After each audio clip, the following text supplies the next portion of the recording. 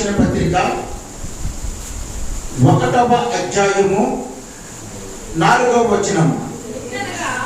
ఎట్లనగా తన ప్రియునియందు తాను ఉచితముగా మనకు అనుగ్రహించిన తన కృపా మహిమకు కీర్తి కలుగునట్లు తన చిత్త ప్రకారమైన దయా సంకల్పము చొప్పున యేసుక్రీస్తు ద్వారా తనకు కుమారులనుగా స్వీకరించుటకై మనలను ముందుగా తన కోసము నిర్ణయించుకొని మనము తన ఎదుట పరిశుద్ధులమును నిర్దోషులమునై ఉండవలెనని జగత్తి పునాది వేయబడక మునిపే ప్రేమ చేత ఆయన క్రీస్తులో మనలను ఏర్పరచుకొనెను. దేవునికి స్తోత్రం. ప్రియులారా, వాక్యము చూస్తే అపోస్తలుడైన పౌలు గారు ఎఫెసీ సంఘానికి రాస్తూ ఉన్నాడు.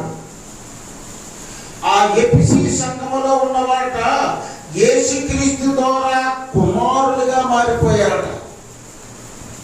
అంటే దేవుని పిల్లలు అయిపోయారు మాట. మనం అందరం ఇప్పుడు ఎవరో దేవుని పిల్లలు. దేవుని పిల్లలమైపోయిన మనల్ని క్రీస్తు ద్వారా తన కుమారులుగా స్వీకరించటానికై తన ఎదుట పరిశుద్ధులను నిర్దోషులుగా ఉండాలని ఈ జగత్తు పునాది వేయబడక మునిగే, అనగా ఈ భూమి ఈ సృష్టి ఇంకా ఏది చేయబడక మునిపే మనము ఆయన మనసులో ఉన్నామట. మనమందరం కూడా ఎవరి మనసులో ఉన్నాం? దేవుని మనసులో ఉన్నాం. ప్రేమ చేత ఆయన క్రీస్తులో మనల్ని ఏర్పరుచుకున్నాడు. లేకపోతే మనము బయట లోకములో అనేక మంది జీవిస్తున్నట్టే జీవించేవారు. చూడండి, లోకములో చూస్తే అక్కడ లోకపు పోకడల్లో మునిగిపోయి ఎంతో మంది వారి జీవితాన్ని జీవించుకుంటూ ఉన్నారు. కానీ వారికి రక్షణ అనేది లేనే లేదు. మరి రక్షింపబడిన నువ్వు క్రీస్తు ద్వారా దేవునికి నిర్దోషమును పరిశుద్ధమైన ఆయన ప్రజగా మారిపోయావు. ఆయన ప్రజగా మారిపోయిన నిన్ను ఆయన ఏర్పరుచుకున్నాడు. ఎప్పుడు? ఈ సృష్టి పుట్టక ముందే, భూమి పుట్టక ముందే ఆయన నిన్ను ఏర్పరచుకున్నాడు. ఏర్పరచుకున్న ఆయన మనల్ని తన బిడ్డలుగా స్వీకరించడానికి ఇష్టపడుతూ ఉన్నాడు. మరి ఆయన బిడ్డలుగా మనము బ్రతుకుతూ ఉన్నామా? ఎంత మాత్రము బ్రతకలేకపోతూ ఉన్నాం. ఆదాము అవ్వలను ఏదోను వనములో చేసినప్పుడు వారు మహిమ దేహముతో దేవుని స్వరూపములో ఆయన పోలికలో కనపడేవారు. ఎలా ఉండేవారట? సాక్షాత్తు దేవునితో నడుస్తుంటే వారికి కూడా మహిమ వస్తూ ఉండేదట వారు నడుస్తున్న చోట్లలో. మరి వారు ఎప్పుడైతే అపవాదికి తమ చెవిని యొక్కి అపవాది మాట విని పాపములో పడిపోయారో వారి మహిమను పోగొట్టుకున్నారు. శాపము వారి మీదకి వచ్చింది. పాపము వారిని ఏలుబడి చేసింది. ఆ పాపమే ఆనాడు నుండి ఈనాడు వరకు మనందరిలోకి ప్రవహిస్తూ ఉంది. మనకి ఈ లోకములో బ్రతుకుతూ ఉండగా అనేకమైన సమస్యలను బట్టి మన కుటుంబములో, మనలో, మన జీవితంలో విసిగి వేసారిపోతూ ఉన్నాం. రేపు నేను ఎలా బ్రతకాలి? ఒక సరైన సంపాదన, సరైన ఉద్యోగము, సరైన బ్రతుకు, సరైన జీవితము ఎలాగ నేను జీవించాలనే వేదన, చింత ఒకవైపు మనల్ని బట్టి పీడిస్తూ ఉంటుంది. కుటుంబాలలో సమాధానాలు ఉండటం లేదని ఏ కుటుంబాన్ని టచ్ చూసినా ఆ కుటుంబాలలో ఏదో ఒక సమస్య ఉంటుంది. ఆ కుటుంబంలో ఏదో ఒక బాధ ఉంటుంది. మనము అనుకుంటాము, ఈ బాధలు నాకు ఎల్లకాలము ఇలా ఉండవలసిందేనా, ఈ బాధలతో నేను ఇలా బ్రతకవలసిందేనా. ఒకవైపేమో చేసిన అప్పులు తీరటం లేదు, ఒకవైపేమో రుణం ఇచ్చిన వాడు, అప్పు ఇచ్చిన వాడు వచ్చి నన్ను రకరకాల మాటలు అంటున్నాడు. నా బ్రతుకు కృంగిపోతుంది, కృషించిపోతుంది, నేను ఏమీ చేయలేని నిస్సహాయ స్థితిలోకి వెళ్ళిపోయాను అని చెప్పి మనం అనుకుంటూ ఉంటుంటాం. అప్పుడు అనిపిస్తుంది మనకి, ఎవరో ఒకరు వచ్చి నాకు సహాయం చేస్తే బాగుంది, ఎవరో ఒకరు వచ్చి నన్ను ఆదుకుంటే బాగుంది, నేను కూలిపోతూ ఉన్నప్పుడు నన్ను లేవనెత్తితే బాగుండు అని మనకు అనిపిస్తుంది. వస్తారు ఎవరో ఒకరు, చుట్టాలు, బంధువులు, స్నేహితులు వస్తారు, ఎంతో కొంత సమయం నీతో గడుపుతారు, ఏదో కొంత సహాయం చేస్తారు. అది శాశ్వత కాలము చేయలేరు కదా, ఎవరో ఒకరు రావాలి. 2001 ఆ సంవత్సరాల్లో సాగర్ ఇటువంటి శ్రమ ద్వారా వెళ్ళిపోతూ ఉన్నాడు. అప్పటికే ఆయన ఒక మంచి ఉపాధిని కలిగి ఉన్నాడు. అక్కడ మెకానిజం చేస్తున్నప్పుడు, అక్కడ షాప్ పెట్టుకున్నప్పుడు ఆ బోర్డు డబ్బులు వచ్చి చక్కగా సంపాదన బాగుండేది. ఎప్పుడైతే ఆ ఎలక్ట్రానిక్ వాచెస్ వచ్చాయో, ఎప్పుడైతే ఆ గాడ్జెట్స్ మారిపోయాయో, ఆ రేట్లు తగ్గిపోయాయో, వరకే ఆ ఉపాధి యావత్తు ఏమైందంటే తగ్గిపోయింది. భార్య పిల్లలు ఎదుగొస్తున్నారు, మరి మంచి తిండి పెట్టవలసిన సమయం, ఎదుగొస్తున్నారు. భార్య బిడ్డలు ఇద్దరు ఎంతో కన్నీటితో ప్రార్థన చేసేవారండి. ప్రభువా ప్రభువా, ఏంటి మా బ్రతుకుని ఎలా కడతావు, మమ్మల్ని ఎలా నిలబడతావు అని వారు కన్నీటితో ప్రార్థన చేస్తూ ఉన్నప్పుడు వారి కన్నీటి ప్రార్థన మరి దేవుడికి వెళ్ళిందో ఏమో, చివరికి దేవుడే వారి జీవితాల్లోకి ఏం చేశాడండి, జోక్యం చేసుకున్నాడు. అనుకున్నాడు నా జీవితం ఇక్కడితో అయిపోయింది అనుకున్నాడు. కానీ వారి ప్రార్థన విన్న దేవుడు ఏం చేశాడు, జోక్యం చేసుకోవటం మొదలు పెట్టాడు. ఈ రోజు నేను చెప్పబోయే అంశం ఏమిటంటే, దేవుడే జోక్యం చేసుకుంటే నీ బ్రతుకు మారిపోతుంది. ఒక మార్గం వేశాడు దేవుడు. ఇది కాదు నీకు, నేను ఒక మార్గం వేస్తున్నాను, నీకు ఒక స్థిరమైన నేను మార్గం వేస్తున్నాను, నీకు నిలబెట్టే మార్గం వేస్తున్నాను. నేను ఆశీర్వదిస్తే ఆ ఆశీర్వాదము శాశ్వతముగా ఉంటుందని చెప్పి దేవుడు ఒక మార్గం ఇస్తాడు. దేవుడు వారు బ్రతుకులో జోక్యం చేసుకున్నాడు. మన బ్రతుకులో కూడా దేవుడు జోక్యం చేసుకోవాలి. ఈరోజు మనం చెబుదాం, ఏమని చెబుదామంటే, ప్రభువా, చెప్పండి, ప్రభువా నా జీవితంలో నువ్వు జోక్యం చేసుకో. ప్రభువా నా జీవితంలో నువ్వు జోక్యం చేసుకో. ఆయన మన జీవితంలో జోక్యం చేసుకుంటే అట మన జీవితాలు మారిపోతాయట. వాక్యం అంటుంది, ఇదిగో నేను తలుపు యొద్ద నిలబడి తట్టుచున్నాను, ఎవడైనా నా స్వరము విని తలుపు తెరిచిన యెడల నేను అతని దగ్గరికి వచ్చి అతనితో నేను కలిసి భుజించెదము అంటున్నాడు. భుజించెదము అంటే సమృద్ధికరమైన జీవితాన్ని నేను నీకు ఇస్తాను. మరి ఆ తలుపు దగ్గర ఉన్న ప్రభువును నువ్వు లోపలకు అడుగు పెట్టనివ్వాలి కదా. మరి అడుగు పెట్టకుండా మనం అడ్డుకుంటుంటే, అడుగు పెట్టకుండా మనం మూసేస్తూ ఉంటుంటే దేవుడు లోపలికి ఎలా వస్తాడు? ఆయన తలుపు వద్ద నిలబడి తడుతున్నాడు. తలుపు కాదు, హృదయం అనే తలుపు దగ్గర, నీ హృదయం అనే తలుపు దగ్గర దేవుడు స్వరం వినబడుతుంది. నీ హృదయం అనే తలుపు దగ్గర దేవుడు మాటలు వినబడుతున్నాయి. నీ హృదయం అనే తలుపు దగ్గర దేవుడు చప్పుడు వినబడుతుంది. ఆ శబ్దాన్ని, ఆ స్వరాన్ని, ఆ చప్పుడును నువ్వు వినగలగాలి. మరి దేవుడే మనలో జోక్యం చేసుకుంటే 3 అద్భుతాలు జరుగుతాయి. ఏ అద్భుతాలు జరుగుతాయండి? 3 జరుగుతాయి. ఆ 3 అద్భుతాలు ఏమిటి అంటే, మన ఆలోచనలలో మార్పు వచ్చేస్తుంది.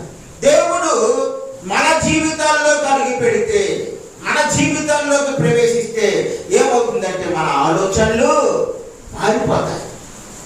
పూర్వం ఉన్న ఆలోచనలు వేరు, అవి ఎటు పెడితే అటు గాలికి లాగా కొట్టుకుపోయే ఆలోచనలు. ఒక రైతు తన పంటలో ఉన్న పంటను తెచ్చి ఒక చోట పెట్టి దాన్ని ఎగరపోస్తాడు. ఎందుకు ఎగరపోస్తాడు? అందులో పుల్లికాయ ఉంటుంది, డొల్లికాయ ఉంటుంది, పొట్టు ఉంటుంది, గడ్డి ఉంటుంది, గద్దలు ఉంటుంది. మరి ఇవన్నీ పోవాలంటే పోయిన తర్వాత నీకు ఏం మిగులుతుంది? శ్రేష్టమైన ధాన్యము మిగులుతుంది. దేవుడు నీ జీవితంలోకి వస్తే నీ లోపల ఉన్న చెత్తనంతటనే కూడా ముందు తొలగించేసి ఆయన ఆలోచనని నీకు సప్లై చేస్తూ ఉంటుంటాడు. ఆయన ఆలోచన ప్రకారంగా నేను నడిపిస్తూ ఉంటుంటాడు. మొదటగా మన ఆలోచన మారిపోతూ ఉంటుంటుంది అన్నమాట. ఏమవుతుంది? మన ఆలోచన ఎక్కడికి వెళ్ళినా ప్రార్థన చేసుకుని వెళ్ళాలి. మంచి ఆలోచన కదా, నేను కాపాడుతుంది. అది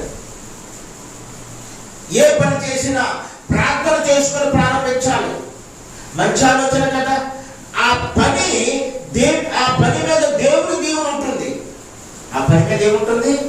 దేవుని దీవెన ఉంటుంది. నువ్వు ఏమనుకున్నా ఆ ఆలోచన బట్టి ప్రభువా నేను ఎలాగనుకుంటున్నాను, ఇది చెయ్యాలనుకుంటున్నాను, ఇది మంచిదా కాదా అని ప్రార్థన చేసుకుంటే దేవుని యొక్క సమాధానం నీ హృదయంలోకి వస్తే ఆ పని చెయ్యమని దేవుడు నీతో మాట్లాడుతున్నట్టు అనిపిస్తుంది. కాబట్టి మన ఆలోచన ఏమవుతుంది? మారిపోతూ ఉంది. చెత్త ఆలోచనలతో నడిపించబడమ్మా. శ్రేష్టమైన, మంచివైన, స్థిరమైన ఆలోచనలతో నడిపించబడతాం. ఇక రెండవది, ఆయన మన జీవితంలోకి వస్తే ఏమవుతుందంటే మన జీవితము పునరుద్ధరించబడుతుంది. ఏం జరుగుతుందండి? పునరుద్ధరించబడుతుంది. పునర్ అనే మాట తిరిగి అని అర్థం. పునర్ అంటే ఏంటి? తిరిగి. ఉద్ధరించబడటం. ఉద్ధరించబడటం అంటే పడిపోయింది మరలా తిరిగి కట్టటం. ఎప్పటి వరకు మనం చేసిన పాపాలను బట్టి, తప్పులను బట్టి, మనం చేసిన తప్పుడు మార్గాలను బట్టి మన జీవితం కూలిపోయింది, మన జీవితం పడిపోయింది. పడిపోయిన మన జీవితాన్ని ఇప్పుడు ఏం చేస్తాడంటే దేవుడు పునరుద్ధరిస్తాడన్నమాట. ఏం చేస్తాడు? పునరుద్ధరిస్తాడు. పైకి లేపుతూ ఉంటుంటాడు. కొంచెం కొంచెం కొంచెం కొంచెం. ఇస్సాకు ఆ దేశములో విత్తుల వాడే నూరంతల ఫలము పొందేను అని ఉంటుంది. ఎలా? మరి ఇప్పుడు మనం ఇక్కడ గ్రహించవలసింది ఏమిటి అంటే పడిపోయిన మన జీవితాన్ని దేవుడు పునరుద్ధరిస్తానంటున్నాడు, తిరిగి కడతానంటున్నాడు. యేసు ప్రభువు నీ బ్రతుకులో, నీ జీవితంలో జోక్యం చేసుకుంటే మనకి విజయం వస్తుంది. ఎన్నో పనులు చేస్తూ ఉంటుంటాం. ఎక్కడికి వెళ్ళినా మనకి విజయం రాదు, వాటమే. పలానా చోటుకి వెళ్ళాం, పలానా పని జరగాలని, అక్కడ విజయం రావట్లేదు. ఎందుకు విజయం రావట్లేదు? ఆయన చెప్పిన మార్గంలో మనం వెళ్ళలేదు. మొట్టమొదట ఏంటంటే ఆయన మన జీవితంలోనికి రానివ్వలేదు.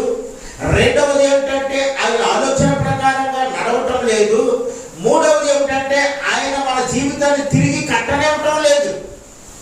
తిరిగి కట్టనివ్వటం లేదు.